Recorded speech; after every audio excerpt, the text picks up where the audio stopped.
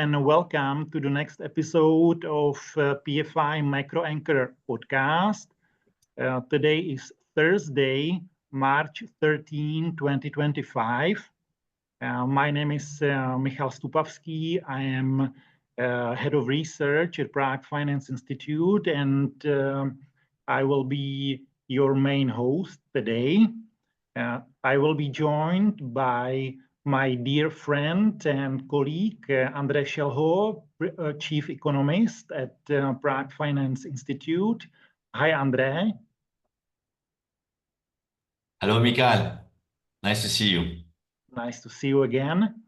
And now, let me introduce you our distinguished guest from Denver, Colorado, United States, Tavi Costa, macro strategist at Crescat Capital. Hello, Tavi. Hey guys, happy to be here. Looking forward to this conversation.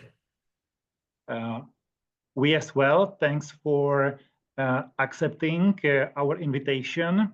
And now let's jump into the discussion. Tavi, I would like to start the interview with a general question. What is your current assessment of global economy and global financial markets in general, and what has grabbed in particular your attention recently?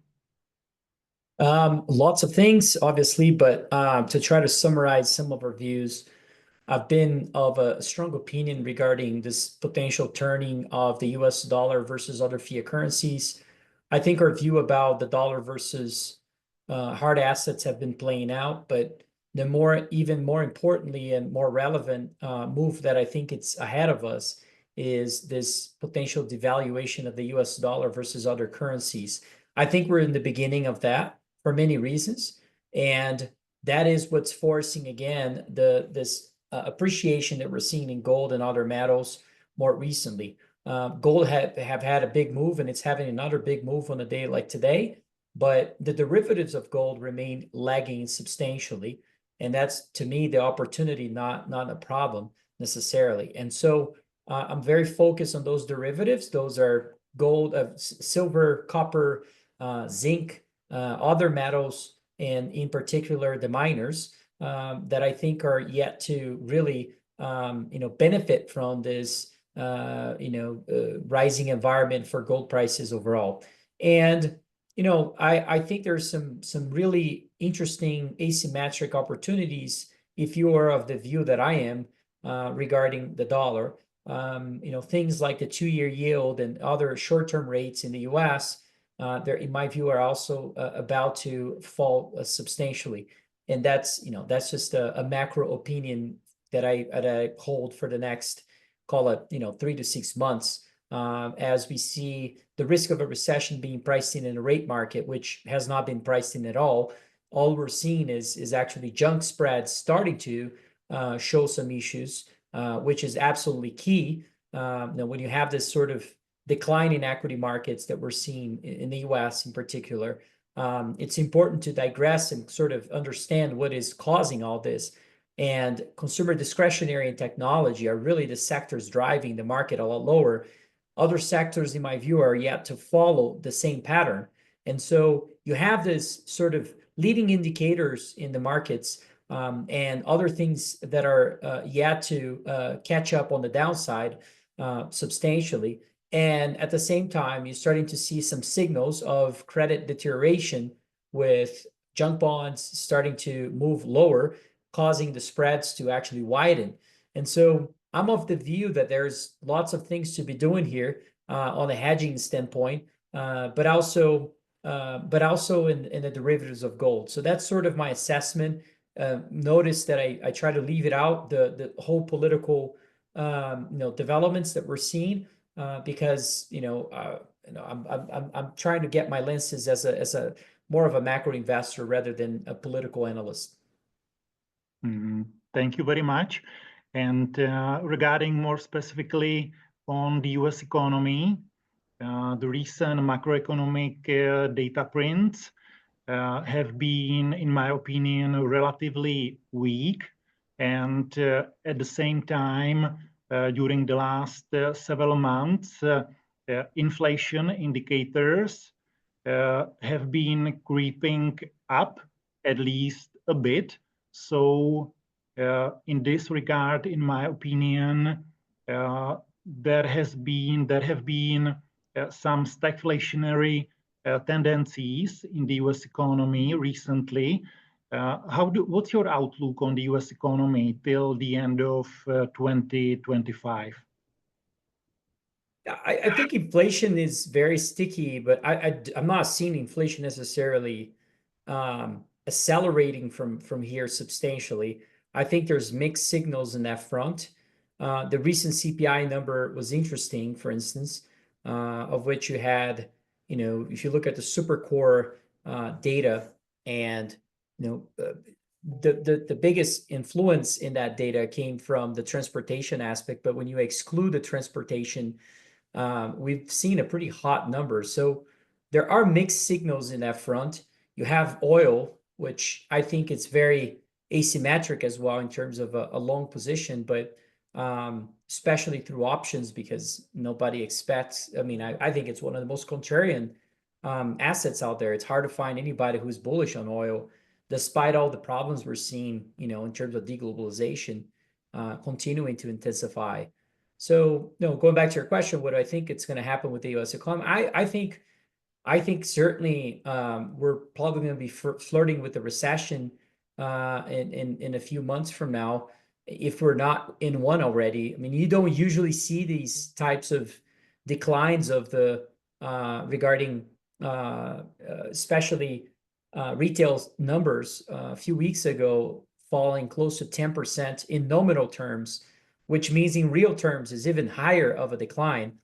So I'm very concerned. I think there's definitely reasons to be worried about the U.S. economy. Concentration of assets, like we're seeing with mega cap companies, is never ends well. So it's hard to paint a picture that this we're going to see a rotation out of that very peacefully. I don't think that would be the case. So, and you have two policies that are very troubling. You have immigration that was, on the Biden administration, I thought it was certainly adding to the economic growth. Now with deportation and all sorts of things, is certainly, and this is, again, not a political view, I'm just looking from an economic lenses, certainly should add to the deceleration factor, particularly on the housing market, in my opinion, which, housing market is the economy at the end of the day. Then you have tariffs, you throw tariffs on top of it. It's easy to make a point that, we could be in a recession. Where I disagree with the market is this whole idea that we may see lower government spending. If anything, if we get into a recession, we tend to see fiscal stimulus increase by about 5 percentage points. So it would exponentially grow the debt from here. So that doesn't really change the picture for, the imbalances we have and the need to own things like gold, in my opinion. It's very important. But yeah, so I do think I think we're ready. Most of the signals are already pointing to a recession.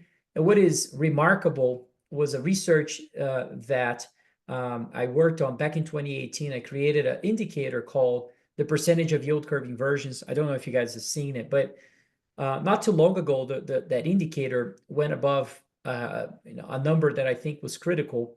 It's a 70%. Every time in history since in the last 55 years, when we went above the 70% handle, yes, we did see a recession, but more importantly is the positioning you have during those periods.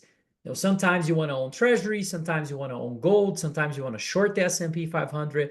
But what is the combination of assets that actually worked majority of times after that large percentage of yield curve inversions crossed the 70% handle? And what I learned from that empirical analysis was that you want to own the gold to S&P 500 ratio. In other words, buy gold and sell stocks. And it's remarkable how we're now at a 4-year highs on that metric. Gold to S&P 500 ratio is making a 4-year highs. And I think that's just the beginning. Usually we see a double from in terms of that ratio. And so we're far from that. And so I'm paying close attention to it because that's basically the positioning in our portfolio in a very large way. Thank you very much for this elaboration. I'm sensing that you are quite or very cautious on the US economy, macroeconomic outlook. How do you think the Fed is going to navigate this macroeconomic backdrop in the upcoming months?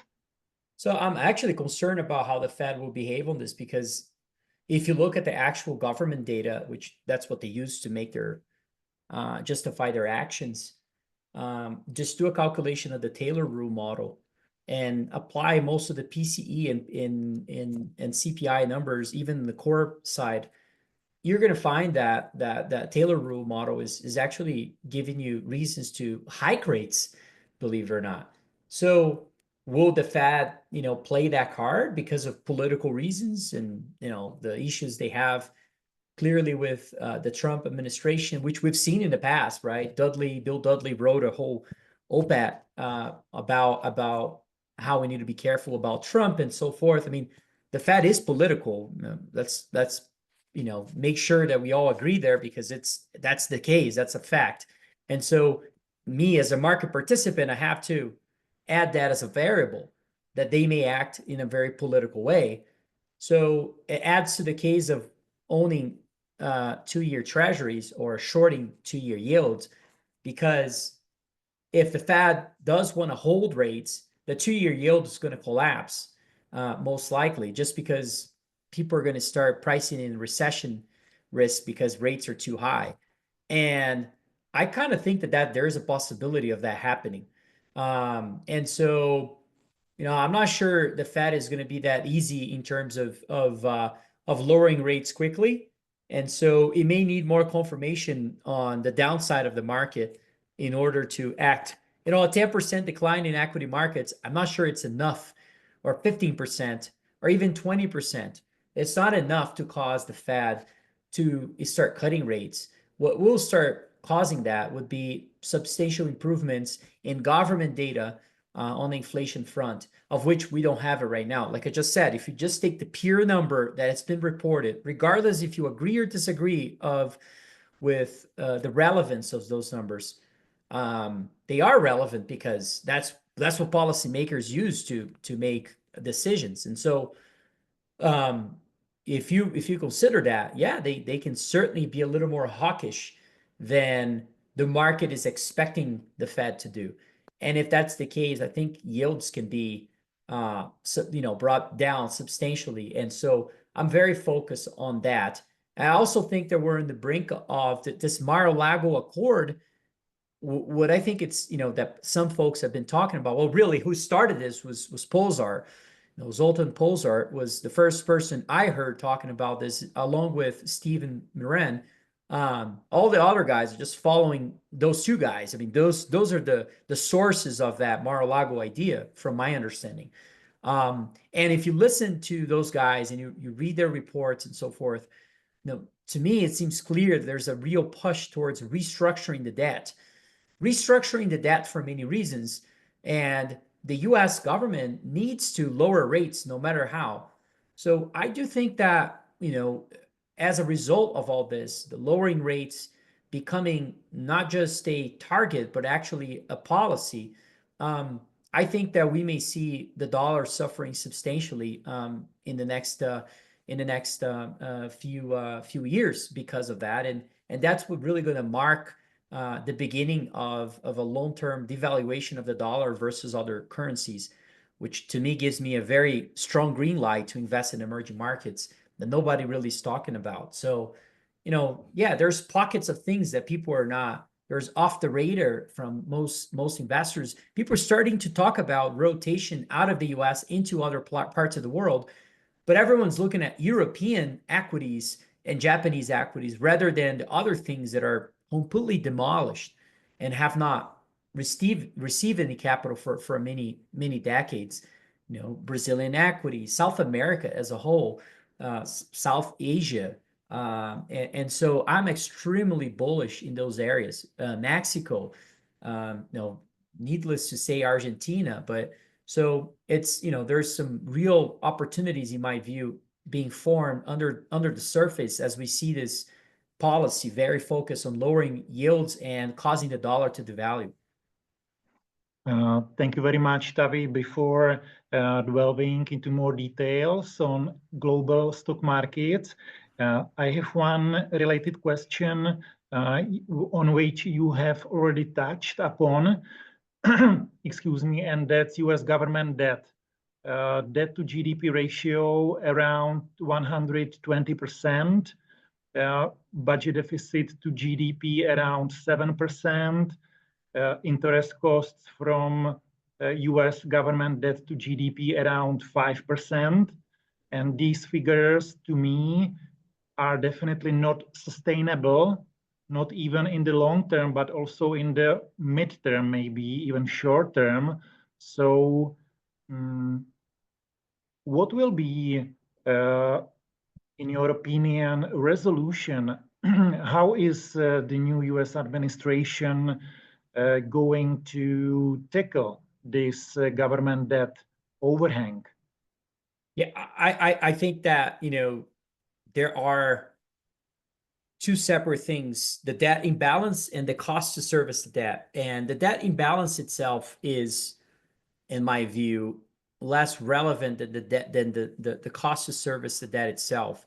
No, I try to do my best and research other empires and economic powers in the past that had reserve currency status like the dollar today. And what I learned about it is, you can see situations like Japan or the UK back in the 1800s or Japan today, where you can grow your government debt well above your GDP.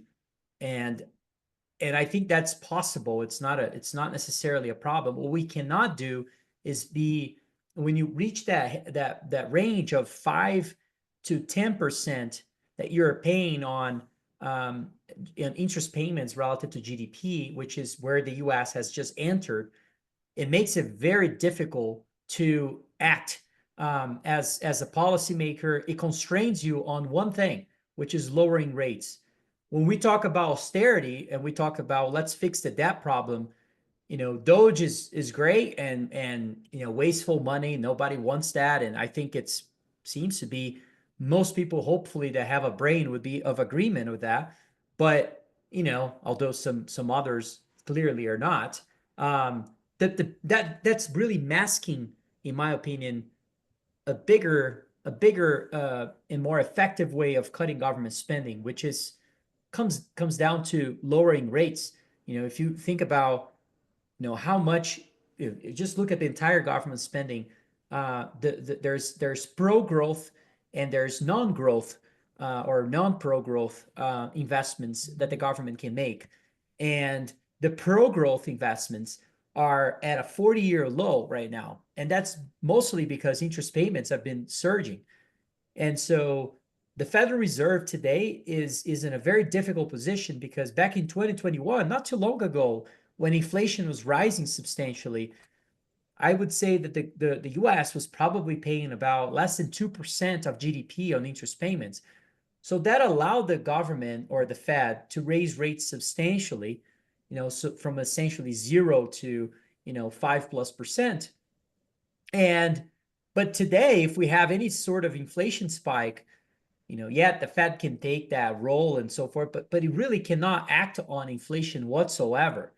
That's what creates this sort of, supercharged environment for hard assets, is the fact that you may actually have sticky inflation, which is the case, with a policy making that basically prioritize lowering yields at all cost.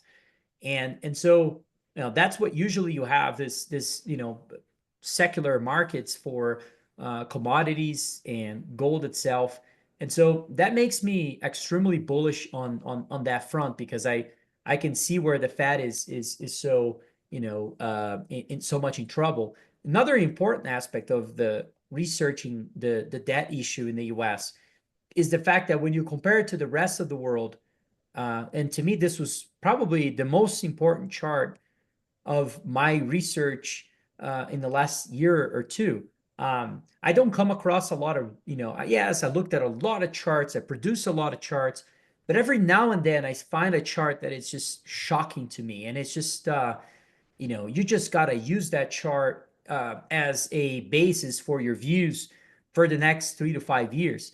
And the chart that I'm referring to is one that looks at interest payments relative to GDP across countries, not just the US. And what was shocking about it is to see that the US is paying close to 5%, and every other economy that everyone complains about, saying that they have a lot of debt, including Europe and Japan, have substantially lower amounts of debt service ratio relative to GDP.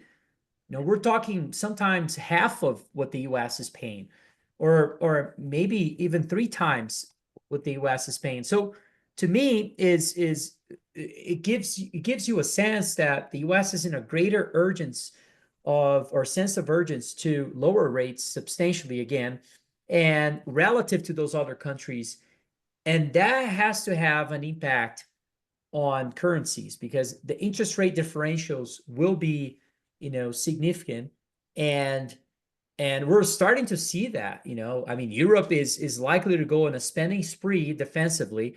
And while the US is looking at austerity, that there's a reason why yields are rising in Europe and falling in the US. And the impact of that, which I think it's, just getting started from that standpoint, is that the dollar tends to devalue versus the euro. And you look at long-term charts of the euro, and you can see clearly that the euro is very close to a multi-decade breakout, technically speaking. So, and Japan has already done that. And if you look at the British pound has done that already. So I am very focused on this, because I think that's ultimately what all this imbalances, sort of put the US into a corner, where if you listen to Scott Bessent, the Treasury Secretary, and some other important figures in the government, they cannot say that they're going to be devaluing the dollar. That for obvious reasons. I mean, you don't want to say that publicly, but that's what they're doing. And it's not relative to hard assets. That's obvious. I mean, everybody knows that, I mean, we all know what the financial markets have done. That's devaluation of the dollar. That's inflation in financial terms. I'm referring to a devaluation of the dollar versus the euro, versus the Japanese yen, versus the Brazilian real, all these things. And so, yeah, I'm very, one thing I did personally is I bought a real estate in Brazil recently, personally. And I think that's an investment. I really do, because no one is thinking about this, but the wealth transfer to those areas is going to be real, in my view. And as we see that, it's going to reflect in housing prices that have basically, I mean, housing prices in Brazil are down 50% from peak levels in dollar terms, while in the US, they're up, 5 times what they were a decade ago. So, to me, it's a no-brainer. I may interact a bit here. First of all, from an evaluation point of view, we do agree with you that emerging countries, and especially Latin America, are at a very sweet spot, let's say. For example, like 2-3 weeks ago, we're looking at Brazil Real against the Euro to play this cross. Now, I know that you are positive on on everything else than the US dollar, but we can tell you here that from Greece and from the Czech Republic, that things are not going very well in Europe. There are risks in the shorter term, in the medium term, and the long term, especially that, many Eurozone countries are starting with this big defense spending packages with already very high level of debt to GDP ratio. And they don't have a unified bond market. And at some point, they're going to have political frictions. And at the same time, the economy is not doing well at all. So yes, we do agree with you on EM, but when we go into developed markets, we really don't know what currency is better than the US dollar. The euro? No. The yen, with also their very limited ability to raise interest rates, not to have a debt crisis over there. also questionable. So in DM, I don't know where you see weakness of the dollar against what? Canadian dollar, British pound, Swiss franc is a safe haven. I agree with you. Well, I think the market agrees with you as well. Swiss franc has done very well, but I think it's hard to see these things when prices are so depressed.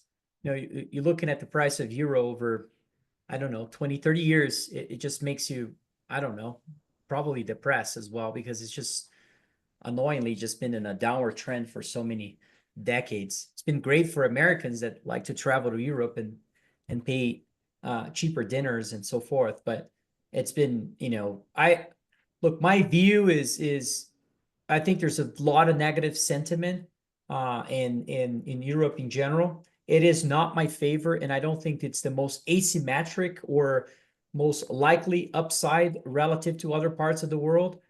But I can't help but pay attention to as well to other investors that I respect, such as Warren Buffett. If you look at his portfolio, he's got a 10 to 15% allocation in Japanese equities. So I'm not here to say that, I would prefer to play in the Japanese equity space versus just owning Japanese yen. I would prefer to own European companies versus just holding European versus holding the euro. I would prefer to hold emerging markets debt over holding emerging markets currencies as well, but I would hold it in local currency terms. I think that the spread of those yields is highly attractive. In Brazil, you can get up to 15% depending on the curve you're trying to position. While I think that there is a clear pattern for the 2-year yield in the US to fall by 1.5% in the next 12 months. And so, if that's the case, there's a pair trade to be done in those markets. I prefer, look, I'm not here to say the euro is going to be the cleanest of all dirty shirts, but I also think that the moment to be bullish the dollar and the moment to say those things about the dollar were 5 years ago, not now. I mean, that's already reflected in the price. And you take a look at the Fed, real trade weighted index. I really suggest everyone to look at that chart.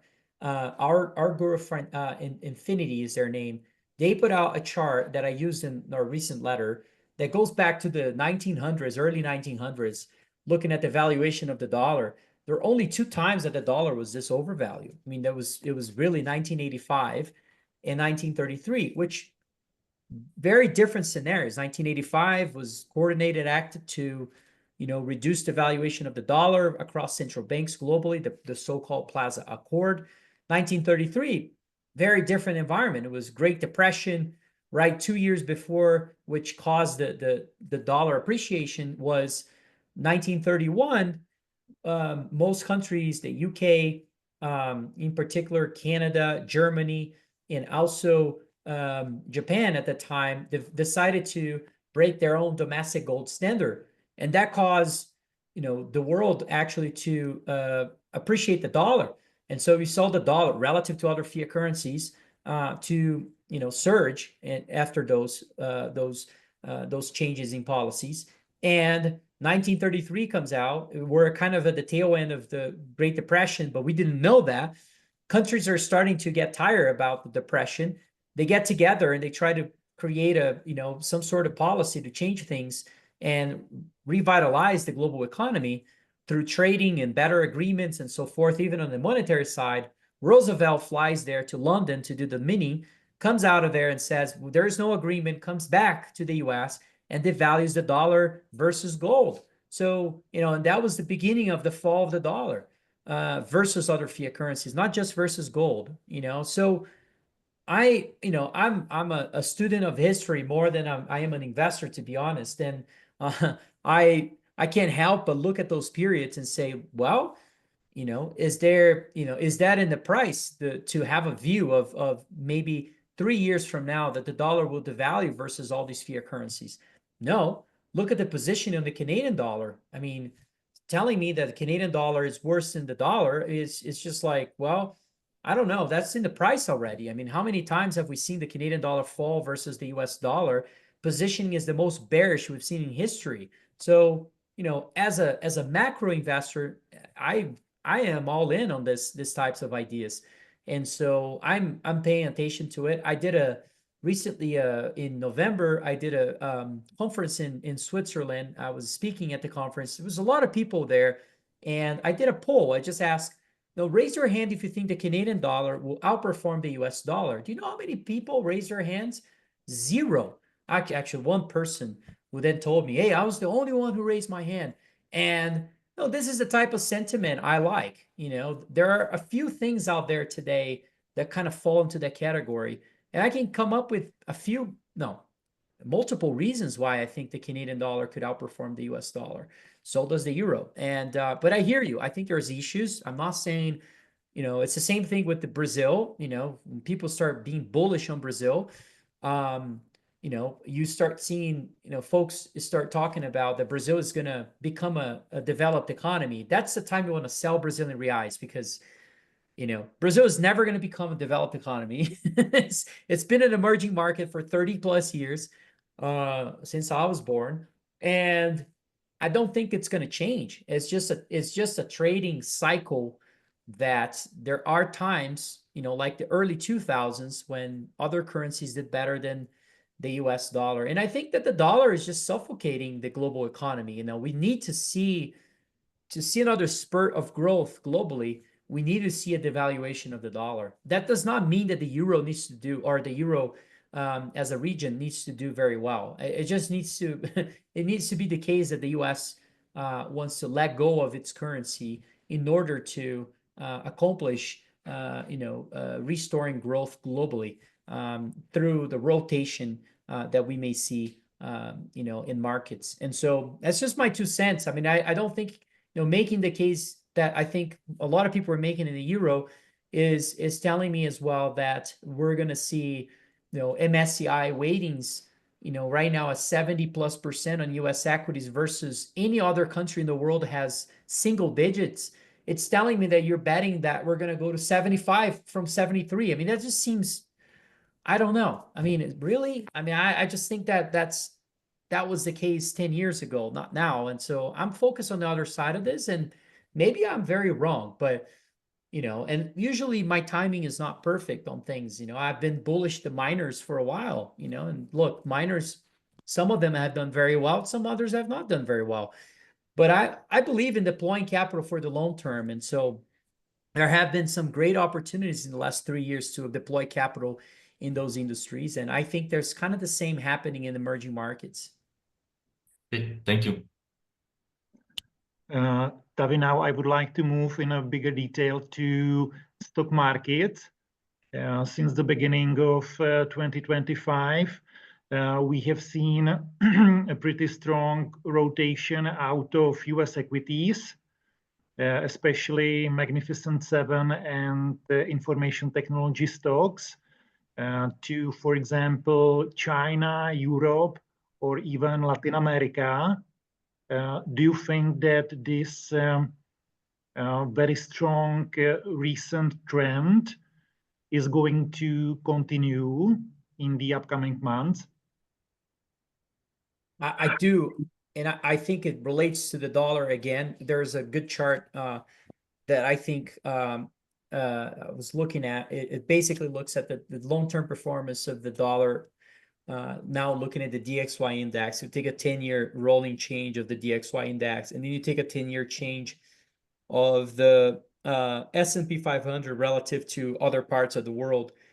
And there's a 0.83, historical correlation between those two things, which, in my view, when the dollar turns, that's why I'm emphasizing the dollar so much. Sorry to mention that, every sentence, but when you get that right, then a lot of things just start to change. You start seeing, in particular, the rest of the world starting to perform slightly better. And we've seen, what I pay attention to a lot is when you start seeing these pockets of things starting to work, like India has done incredibly well. Argentina has done very well. And I don't think they are specific and unique cases. I mean, I think they're just the beginning. I mean, look at, places like Brazil. Yeah, they have not, because for other reasons, but they have not really received the same amount of inflows. But the political environment in Brazil has improved drastically from 20, 30 years ago. Now we now have, two parties in place, very polarized. You got the right, you got the left. Back in the days, you used to have left, ultra left, and left. Now you have left and right. You also have, the biggest popular person, Lula, in the left, is 85 years old, and also has cancer. And like, what's the probability? Who's the next person to be there? And this is not to be negative on the guy. I'm just saying it's a natural cycle of life. And so who is the next popular person on the left? There isn't really anybody. So I feel like the market is not looking at this. Like, that's kind of important. You've got a person like Bolsonaro, far right, and then you have a bunch of guys in the middle that are running. Lula's vice president was before considered the middle side of the whole political spectrum, and now he's considered the left. I don't believe that he's far left. He's actually more to the middle. So we're talking now, we have a far right person versus a middle ground person in the political scheme of Brazil. Very bullish kind of, political environment. So that's one. Then you have all these changes happening. We happen to have large investments in Bolivia. We are seeing right in the forefront of Bolivia, other leaders coming out and that are very much more conservative, and something we haven't seen in a very long time. El Salvador, you got libertarian movements happening there, like Milei. And so there's kind of a mix of libertarian and conservative leadership sort of emerging in South America, which I think it's really, really important. I don't remember last time we've seen this type of movements in those countries. Another thing that is important to notice is what's happening with electricity consumption in the US, which is going to link to the South American idea.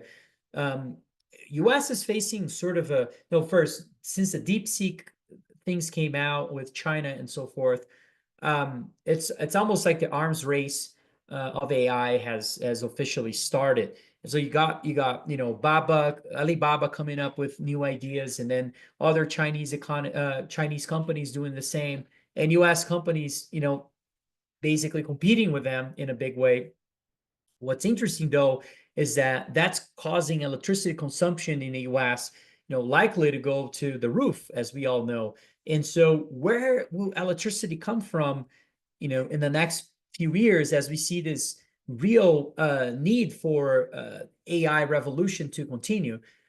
In my opinion, we're going to start looking at countries that have access of electricity being created. You look at a country like Brazil, where water, and it's blessed with so many rivers and so forth. Renewable energy there is just a thing that has always been the case, and actually they produce surplus of energy relative to other countries. Argentina produced surplus of energy as well, and they have surplus of electricity. Well, so you have a country here with about to hit a massive deficit, and this whole region is open for ideas. So what's happening is that you're starting to see some mega cap companies have communication with some of those countries in South America to create those data centers and so forth in those countries. And so I'm not saying they're going to entirely move there, but those are beginnings of flows and large infrastructure developments in South America that people were not considering at all. And that has to be positive for the currency, because the currency is in the toilet right now. So, to me, these are all potential signals, not to mention maybe the commodities market. It really is at the beginning of a bull market, is my view. But, maybe this really is the beginning of a much larger and long-term trend for natural resources. Is there a region that is more, exposed to those things than South America? Well, maybe there's, Africa and other places, but South America certainly is, very correlated to metal prices, energy prices, and so I'm really optimistic about those countries for all these reasons. But and not to mention the dollar stuff, which has nothing to do with South America as, you know, as a place to invest. And then you have what you said, valuation. You know, valuations are cheaper than they have ever been in history. And then when you look at the differential metrics, you know, just looking at US versus South American valuations, then you get into some really crazy, you know, I guess extreme numbers, historically speaking. Thank you very much. I have one more specific question on equities. You have been very bullish on gold and silver miners for quite some time. Could you please elaborate on your investment thesis? Yeah, I think, first of all, there's a few angles of that I've been working on. First, we launched a fund to invest solely in exploration assets. That fund has done very well since the inception. I think we've outperformed all of our benchmarks, but also our competitors in that front. And I really think that's just the beginning. I think we're going to see, and that's really comes down to the all credits go to one of our partners, Quentin Haney, who's a genius when it comes to finding new discoveries. And the fact that nobody is looking at this market allows you to buy things so cheap and they have a high potential to become billion-plus-dollar companies when you're buying them for, you know, sub-20, sub-$10 million market caps. And we've had a few situations like that in our portfolio, of which we bought it pre-IPO or at really early stages, gave the money to those companies, helped them to develop their exploration programs, and they were able to succeed. Of course, we've had plenty others that didn't work out, and that's just sort of how the game works in this exploration segment of the industry. A lot of people have deployed capital in the development side of the industry. That has been a very painful place to be invested. The seniors and have also not performed very well. If you looked at the more bigger names like Newmont and Barrick, they've done terribly, which to me is the only industry that I don't understand how these companies do so badly and CEOs continue to be in place. Like any other industry, you see a replacement of management immediately from the underperformance of those leaders, and it's remarkable that we're not seeing that yet in this whole cycle. And so royalty companies have done very well too. So one thing that we've done that I think was important, right when silver was trading around $17 an ounce, an opportunity was presented to us for us to buy the 7th largest silver mine in the world. We did a leverage buyout of this opportunity, and now we own what it is currently not the 7th, but the 4th largest silver mine in the world. We've improved the asset. We found more ore. We have expanded the resource, and it's a company that is producing more free cash flow, or twice the free cash flow. Actually, it's producing twice what we paid for the company just in free cash flow. So it is, again, one of those opportunities you only find when silver is at $17 an ounce and nobody wants it. Now that it's at $30, nobody wants to sell a silver asset making money. So that's the difference of going in deep into an industry. That's what I'm willing to do and get my hands dirty to find those opportunities. I think you can find things like that today in emerging markets, because emerging markets have also not performed at all. And so it's the beauty of being a contrarian, but also having conviction to act on things when you have a long-term view and not concerned about 1 to 2 years.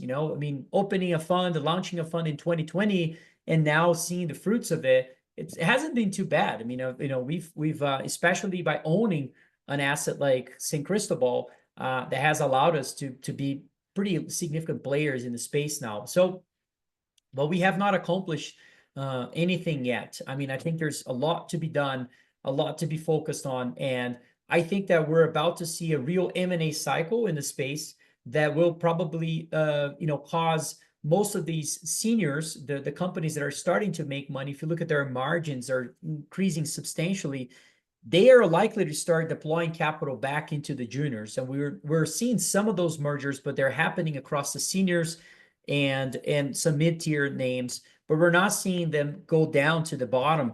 And if you looked at, I follow this because we manage a portfolio of exploration stocks, and we're starting to see liquidity come back to those markets in a big way.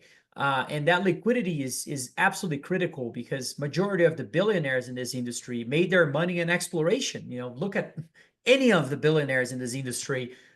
They bought a property or a stock on the property that eventually found gold and became what it became, from Pierre Lassonde to, name it, Eric Sprott. All these guys have made their money on exploration. And so, and then they go to the later stages of the curve. So we're trying to accomplish is sort of a hybrid venture capital approach, of which you're betting on or investing in and begging, large stakes, 15, 20% of those companies, and seeing, which one is going to become, a high quality exploration asset. And we improve our odds by using, Quinton's expertise on, understanding, the potential of each of those discoveries, or I should say each of those projects in becoming major discoveries. And so it's remarkable to see some of these stories intrinsically improving, and the prices of those shares have just not done anything. I'm a little bit different, and a lot of people get scared of that, and they, friends that have invested in these things and they have worked or they call you and they're like, oh my gosh, what's going on? It's like, it's part of the game. These things, they take time. It's not, you won't take a discovery on the first month on the first drilling program. It's just part of the game. And that's what it takes to see those things come to fruition. It's the snow line, it's the Goliath that is happening now. It's the newfound gold when they came in very early. Eloro, there are so many names of that are in this kind of discovery mode, that people, and even San Cristobal that we own privately, that are in this sort of inflection point of finding a discovery. And I'm really excited about this industry. I think gold has gone up a lot, and we're about to see the derivatives of gold to catch up. And so really, really exciting to already have deployed capital and have enough of a network to really navigate the space the way I want to navigate in the following years. Thank you very much. I have one related question. Foreign central banks, especially central banks from emerging markets, have been buying physical gold like crazy, we can say, during the last several years. What's your view on gold in terms of its potential to become again a formal official part of the global monetary system in the future? That's a very good question. I think it's funny to see the U.S. opting out of this buying spree on gold that we're experiencing. The U.S. is at gold reserves is at a 90-year lows, while international central banks, have ownership of close to a 50-year highs right now. That accumulation of gold has started really back in 2008 after the global financial crisis, and we've seen this only increase, especially in the last few years, giving us confirmation that gold is the ultimate form of a haven asset that central banks need to anchor their monetary systems. And so, that is imbalances often create these types of demand for gold.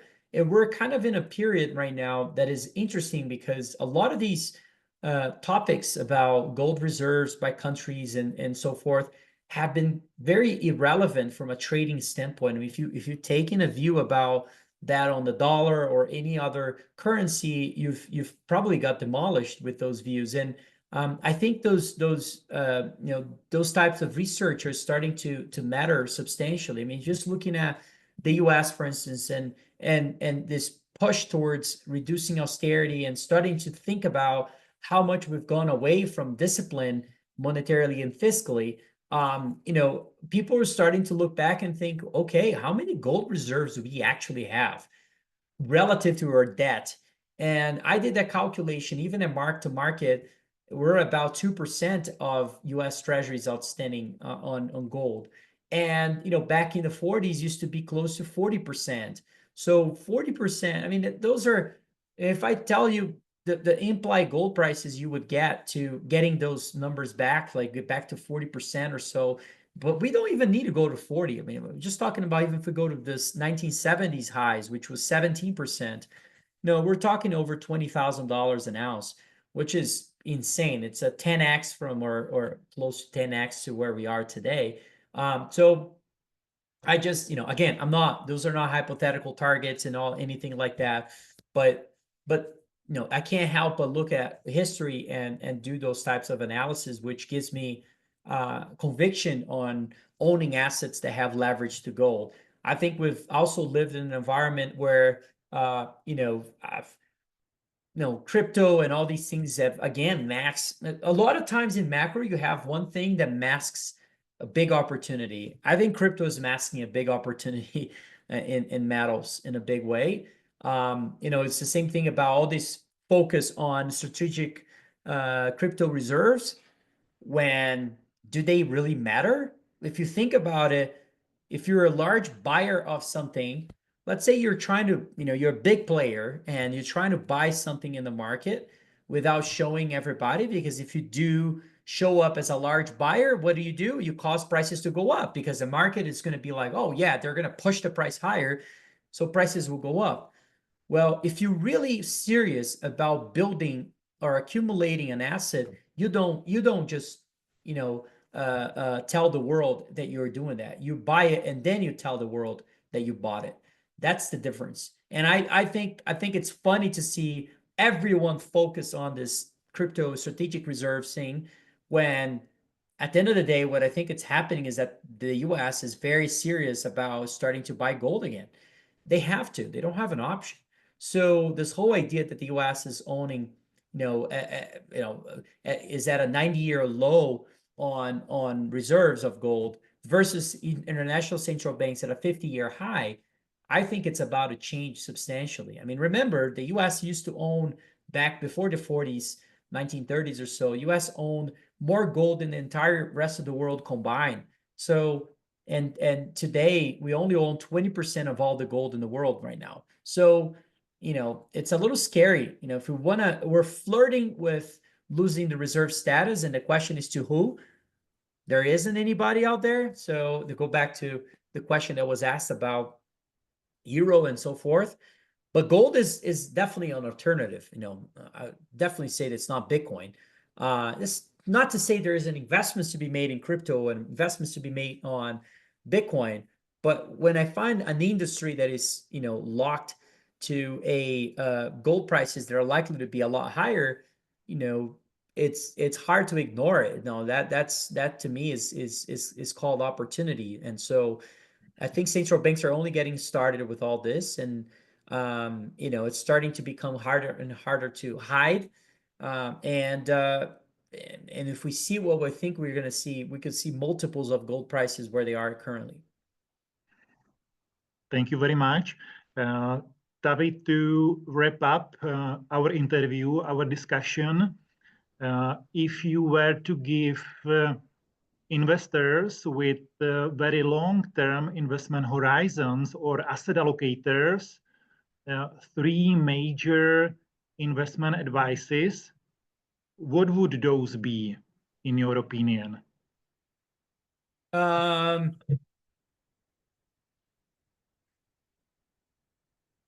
I think I would probably go with emerging markets. I would probably, you know, have a basket of South American investments, and you can find great yielding companies, dividend yielding companies, or great yielding debt instruments. Of course, you need to know what you're doing. You know, there's a lot of issues. I'm not here to claim South America is perfect. I mean, there's so many problems, corruption, issues with security, safety, you name it. Volatility is real. You think U.S. markets are volatile? You know, emerging markets are insane. You can lose half of your money on one day if something happens, a scandal. I mean, in every couple years, you see a scandal happen. And so, you know, but you asking me a long-term question, and I'm very comfortable taking that stance, which is emerging markets would be my first, not first, but would be one of them. It would be the second one would certainly be the mining industry. I think the mining industry is a place to be an investor for the long haul. Again, it's not the GDX and it's not the GDXJ. It's, you know, there's a lot of potential for those that are looking to get their hands dirty, either buy an asset that is cash flowing asset. Like right now, we're looking at a few companies.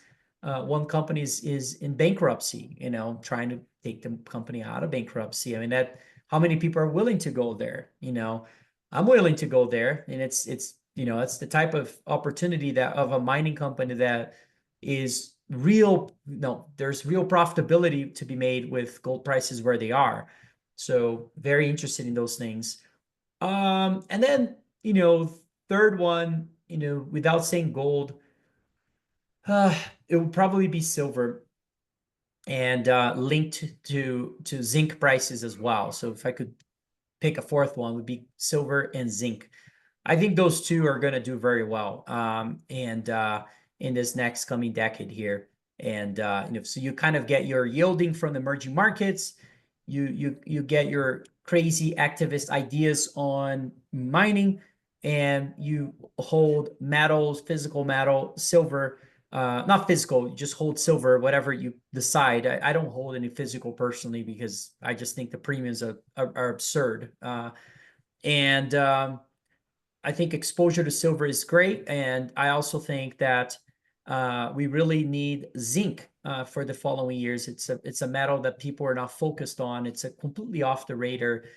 And, you know, we are trying to own as much as we can in terms of, you know, high quality assets in space, and not just zinc itself. And you know, I think I can see a world where zinc goes to the roof, and so I'm paying attention to that as well. So those would be my ideas.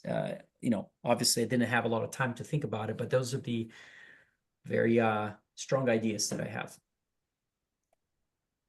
Yeah, many thanks. Andre, any final question from your side or observation you would like to point out at the end of the interview? No, I think that the thoughts were very clear, and I thank Tavi for his participation. Thank you very much. The one remark that I want to say is that we are not paying enough attention to the regime shifts that are taking place in the global economy and the world economy. And one of the impact of these regime shifts is a general rise in long-term real interest rates. So, I mean, we are not living anymore in a globalized economy. So yes, the Fed can lower interest rates in order to facilitate the financing of the government debt. But to what extent it can regulate the savings investment identity or balance inside the US that is creating this rise in long-term interest rates. So that it would be seen in our institute, we like to call this financial repression. I mean, what you have mentioned now is a typical financial repression where the US government is trying to reduce the cost of its debt by other means than market means. And this is going to be very interesting period. And I agree with Tavi that the best hedge for investors under a financial repression scenario is actually commodities, and more specifically industrial commodities. Yep. Thanks very much, Andre. Thank you. Tavi, thank you so much for your time today. I'm convinced that our viewers, our audience will very much appreciate our interview. And the last question for sure, if our listeners were interested in your research, in your work as a fundamental macro strategist at Crescat Capital, where can people find you, find your research pieces? They can find my research at crescat.net would be one place, and also at Tavi Costa on Twitter or X. And then you can also find my analysis on LinkedIn, just Tavi Costa, and you'll find there as well. But thanks again for having me. I appreciate the questions, very well thought out questions, and good conversation in general. So thank you. Thank you very much, Tavi. Thank you very much, Tavi. Thank you, Andre. Thank you. And bye-bye. Thank you. Bye-bye. Thank you, guys. Bye-bye. Bye.